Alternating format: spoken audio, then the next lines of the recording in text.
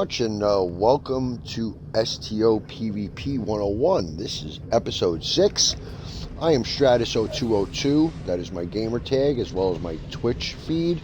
And on YouTube, please like my channel, subscribe to my channel, like my videos, and give me some comments and let me know what you think of everything that we're doing over here, whether you like it or not. Maybe you have some suggestions, whatever. This is all good fun gaming. And today I'm doing a show on something I really didn't expect to do it on, but I want to go in this direction. But before I go any further, I want to tell you that I got someone with me that he just keeps coming back, man. He's like the common cold. You just can't get rid of him. He pops up, and here he is again. And once again, my partner today is going to be Liquid Mark. How you doing today, Mark? I'm doing well. How you doing, man?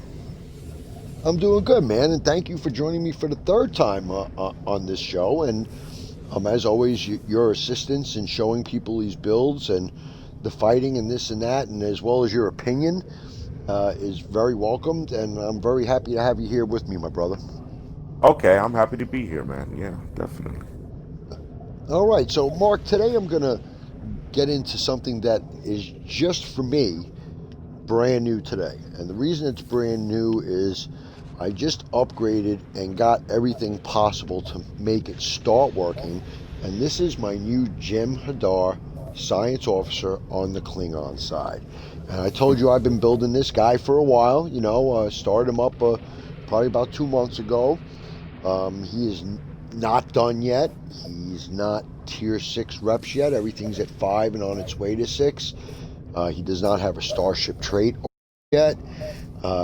Obviously, certain traits and duty officers that I would like to have, I don't have, but I think he's good enough where I can see him involved and we could start running around with him. And I'm looking forward to what he could do. As you know, EPG can be a real pain in the rear. People throwing up wells and everything when you're fighting in Ker'rat and all this control, all that stuff. Tell everybody out there what it's like to fight against a good science build. Ah, man, it could be kind of crazy. I mean, like use a lot of gravity wells or what have you to try and stop you. If they have gravity wells, then you're like freaking clowns, on all of your abilities, which is crazy and stuff like that. Some individuals like teleport you and do some other things. Debuffs me all day. So, yeah, it's rough. And if, like, yeah, yeah, and if you got someone with a lot of, you talked about control. I think the hardest thing is when someone stops you dead in your tracks, and you just can't get the hell out of there. Right. Mark, I mean, we have fought guys like that, and Yeah. what do you always say to someone like that? Tell everybody out there what you say when we've gone a couple of rounds and someone's bouncing around that EPG. How do you usually feel about it? Well, I mean, like on one hand, I respect the fact they are doing what they need to what have you, but it gets real rough, and sometimes I'm like, man, certain combinations can be real cheap, right? Like if someone There you go, that's the word I'm looking for. yeah, but I mean that's the name of the game.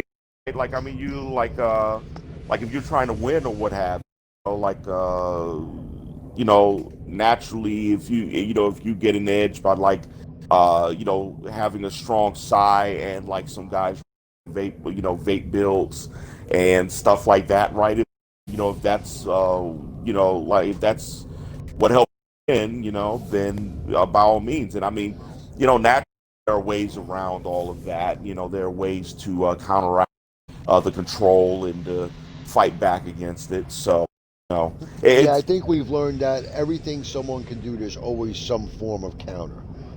There's some way to flip the script, but more often than not, you have to out, or you have to have enough resistance or speed, which helps against science builds. If you notice, when we're fighting on the KDF side, and everybody saw the last couple of videos, I go right to that bird of prey because it's the fastest ship I got, and I fly right by them gravity wells, away from all that garbage, and I circle it till it disappears. So it's hard to control the faster ships, obviously. You know, Right. Yeah. that's without doubt. Well, tell you what, I'm going to show everybody out there what I'm flying today, and I said this ship is just going live PvP wise for the time today, and I did have him in Ker'rat for a few minutes earlier with Mark. See one player who I'll leave unnamed, and it was a little test of the ship, and I thought it went well. Yeah, it went well. The guy that was there, right? Like he's pretty tough and all right. So I think he served as a suitable test, of your build. Especially like in a support or team role, something like that. Yeah, I was absolutely. stopping him dead in his tracks. When Mm, we were on him 2-on-1, and granted it's 2-on-1, and yeah, everybody out there that's played this game will tell you when you're fighting and you're the one against the two, and of the two, one of them's a psi, mm, you're in a lot of trouble. That's all yeah, there is to it, and it's a very uphill fight. And even if you're fighting 2-on-1 and you're one and everybody's in attack, it's still hard if all the players are good. It's just yeah, double the weapons to your weapons, and you have to play the game. So it's not a test that I look at. All right, well, I whooped his rear end and this and that. No, right. because there was two of us, and I'm a psi, and you're able to hit him. And but Mm, what I did notice that I did accomplish that I to accomplish was stopping him dead in his tracks with the ground and everything, right. just bringing him to a total halt, and that definitely worked. So I'm gonna show Yeah. everybody what I'm in right now. Um, Everybody take a look at this. I am in the IKS Tarbig, which is the Kulpa Temporal Science Vessel. It's an infinity box ship. I gave it to this tune when I got this tune, knowing that this is where I wanted to get. I have a choice of a couple, two, maybe three different ships that I could use this tune, but this is the one I'm staying on for now because it just fits what I have. I don't have everything. It's plain and simple, but I think I have enough. And I'll show you right here as I'll go over real quick to my skills. You'll see I'm short a starship trait. Just in space, I only have 4 of the 5. I don't have the 5th one unlocked, Mark, and I'm still going to get that one. And even the amount of traits I have, we were talking about a couple of traits I don't have that I need, which I Yeah. know. And as you see also in my space reps, they're all tier 1 space reps. None of them are tier 2 yet. So this ship is nowhere near a complete thing. So all you haters out there, take a deep breath. Again, this is showing someone who's just starting aside where their starting point can be. On my bridge officer setup, since it's a temple ship, I kind of like how I have it. I only have 2 slots active on tactical, tac team, and beam overload. On the engineering side, I have an engineer lieutenant commander station with shield overload, operating with emergency power to the shields, emergency power to the engines in case I got to get my rear end out of there, and RSP, which we've talked about. Reverse shield polarity is very important to use, especially since I'm now in a science vessel and I have to not get into dog fights, which would be a bad move.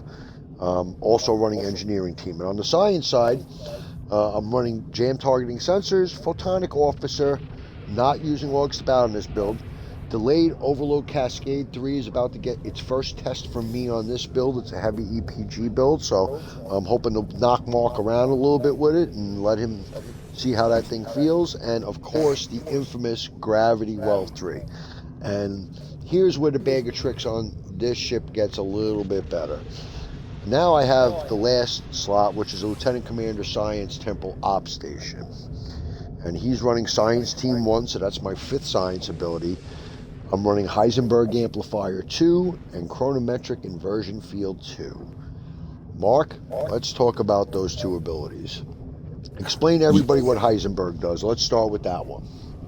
It teleports enemy ships, and it has a side effect of like if you get teleported with it, it can kind of like hold you in place. Like I think like if you try to fight it, I think that's like an unintended aspect of It's a the attack. confuse. It's a Yeah, confuse. It is on there. You get a it's confuse, and conf- you also gain a yeah. point. You also gain a point of entropy. You know, Right. um, I didn't under. Do you completely understand entropy? I think I finally get entropy now. Do you understand how entropy works on these ships? I don't quite understand exactly how entropy works, you know. From what I gather, the more entropy you build up on a ship, the more his overall resistances and speed and everything just drops. It's kind of like his ship is decaying. Ah, That's what I gather from it. So building up entropy is a good weapon, and both of these abilities, Heisenberg and chronometric conversion field, both put a point of entropy on you. So mm, those are very useful. And chronometric conversion, let's talk about that one. The big blue bubble, Mark, right? That's what we call it, the big blue bubble. yeah. Yeah, it Well, what do you think of the big blue bubble? I mean, What do you think of the bubble? I like it in combination with the Heisenberg, right? Like it like it debuffs any enemy that's within it. Plus also I think it does like some dot damage and all that. Right. So, yeah. Right, it does, yes, and it slows down flight speed. Since I'm using two, it slows down flight speed by 66.7%, and it debuffs your damage on me minus 66.7% as well. Yeah. So a nice little effective weapon there, and those are the things I'll be using on this ship. Um, Mm, when I go look at the ship itself, it's a plasma build again. I'm running 3 forward dual beam banks on this. This ship is kind of quick. It can get its nose around, and since it's not a heavy tactical ship, when I do hit, I want you to know I hit. So I have the 3 dual beam banks on. One of them is assimilated, which will help with my regen. 2 of them are plasmatic biomatter dual beams, which both, Mark, have a proc mm, to slow you down. yeah. So I kind of like that, and it drops damage resistance and this and that. So good weapons over here on the rear. The rear weapons aren't complete, but this one is. I have an omnidirectional plasma beam array. I have a plasma turret, which is my only non-beam on the ship. Why am I using it? Because the ship's not complete, man. I got to get myself another Omni. It's pretty simple. And then I got Yeah. another plasmatic biomatter beam array on the back, which is a 250 targeting, so it'll never hit forward. But again, I don't have a 6th weapon either, so these are all epic weapons. They're all effective weapons. It just kind of throws off a little what I want to do. On the shields, I upgraded today my Tilly's Review Pending Modified Shields. I made a choice here, Mark, that I don't know if you're going to find strange. I'm sure some people may question this. I completely upgraded the Jimadar deflector dish that came with the ship, actually came with the tune rather, and decided to stay with that because of the perception. Mm, And I also get a plus 31 to Starship Drain expertise to go with it, and plus 74 to my Starship Control expertise. right. What do you think of that choice for this build? What do you think of that choice? For that build, I don't know. Like, well, I mean, I'm not running Exodus or anything. You would run into that a lot in Ker'rat, but there are like a lot of other deflectors that you can use, for EPG or control or what have you. But I'm not very well versed on those types of builds.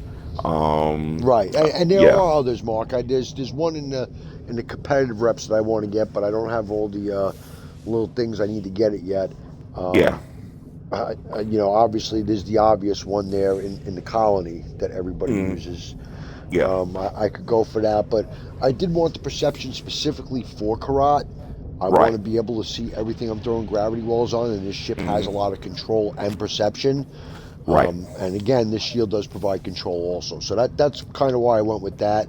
yeah, I have the deteriorating secondary deflector. This mm, was a hand-me-down from my main tune, who no longer uses a ship with a secondary deflector. It's upgraded. It's completely epic.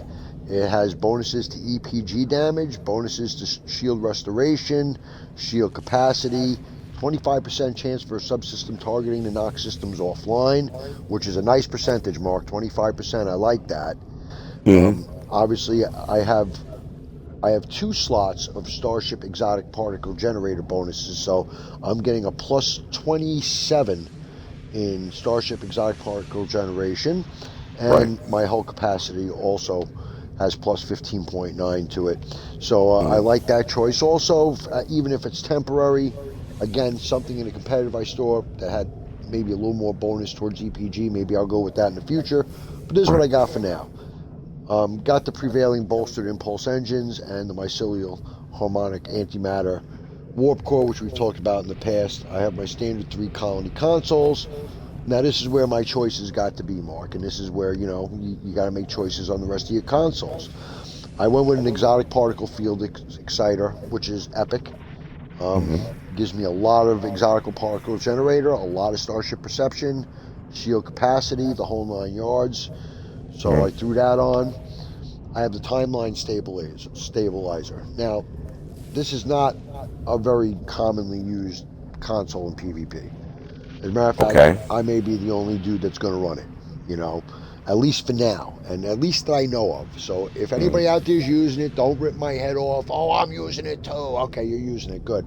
I don't know if anybody's using it, but the reason I am using it, Mark, is plus 15% cooldown reduction on Science Bridge Officer abilities. Right. Period. Yeah. And with this build, that's what I need. That's Okay. what I need. DPRM, usual suspect. I am running the cascading subatomic disruptions. And boy, I'm looking at the damage already. Mark, I'm not buffed up. I'm sitting in here. The Hmm. damage is almost 39,000 electrical damage, not buffed up on this ship with my bonuses. Right. I got you. Wow. It's Yeah. going to hit hard when I'm buffed up. Right. Um, and I'm using the enhanced Tippler cylinder, which is another Uh, plus 15% to exotic damage. right. Also gives me temporal backstep, which is an okay ability. It's not the best, but it's okay. It does make you untargetable for 7 seconds. Hmm. It's a pretty decent thing. First time again, I'm using it in PvP. Right. Temporal vortex probe, plus 19% exotic damage, gives me more turn rate. Plus 12.5% cooldown reduction on temporal operative bridge officer abilities. And Mark, what kind of ship am I running? A temporal ship. A temporal ship. So Mm. that's going to speed up my Heisenberg, and Right. that's going to speed up my chronometric field. Pretty Right. simple, right? Yeah. Then we got the whole image refractors, another staple, and now another wild card. And this one got me like silly. Plus 20% bonus exotic damage, Mark, Hmm. Yeah. on the Like bonus side, which makes it what category damage? it's a category 2 damage boost to exotic. Like the EPG and stuff. Yeah, there's actually Right. like 3 consoles that I'm aware of that give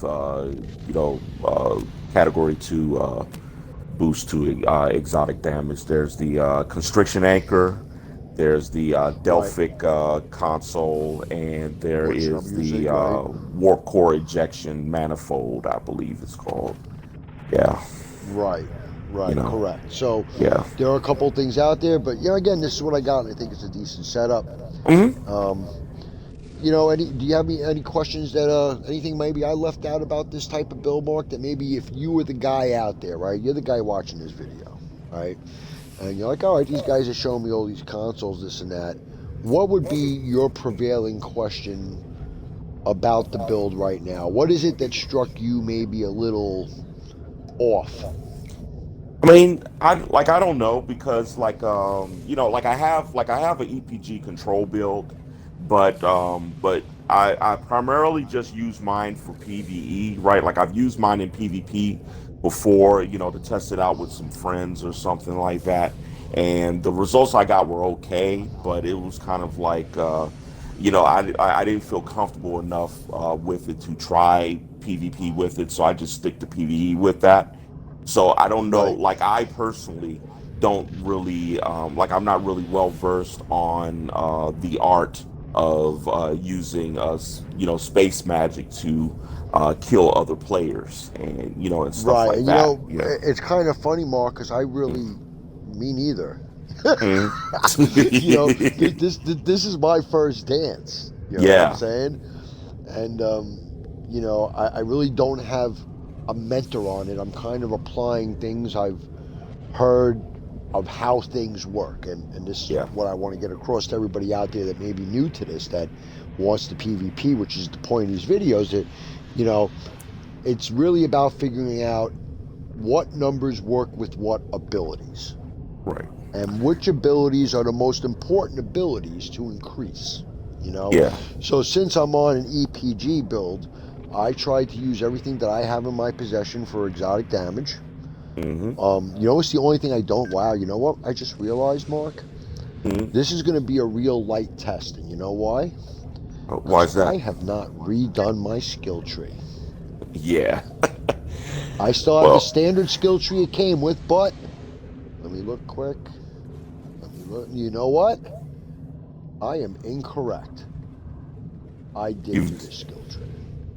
I excellent. did. Okay. Yeah. All right, good. I was afraid for a second, but I Yeah. did. I didn't do the Fed one that I'm building, but this one is done. And here's my skill tree, and I'm sure somebody will have something to say about it because everybody got their own thing. But again, this is what I think is going to work with this build. I still left my top tier pretty much the same. My lieutenant commanders, again, pretty much the same. Um, Not much has changed with the exception of I have my exotic damage maxed out and I have no bonus towards my tactical readiness. I don't think I need it on this ship. So that's really how I had the skill tree set up. All right, so you know, let's take a look at what we got here. Let's go to the middle of the field, Mark, and Alrighty. let's take a peek at the EPG build. I'm you know, curious to see how she's going to perform. And you said you had a trick or two up your sleeve for me. I wonder what the hell you're talking about. Well, yeah, I'm using actually the tune that I'm on right now is actually the very first tune I made in the game, and I'm running my old Durgas on the sky and everything, which is also a temporal ship. So Ah, you're we'll going to try to see. throw my It's a own game temporal at dread. me. Well, see, yours is an Ah. actual yours is an actual science ship, whereas mine is a dreadnought. So we'll see how that works out. Yeah. I don't know, Mark. I think you're trying to like sucker me in here, man. Yeah.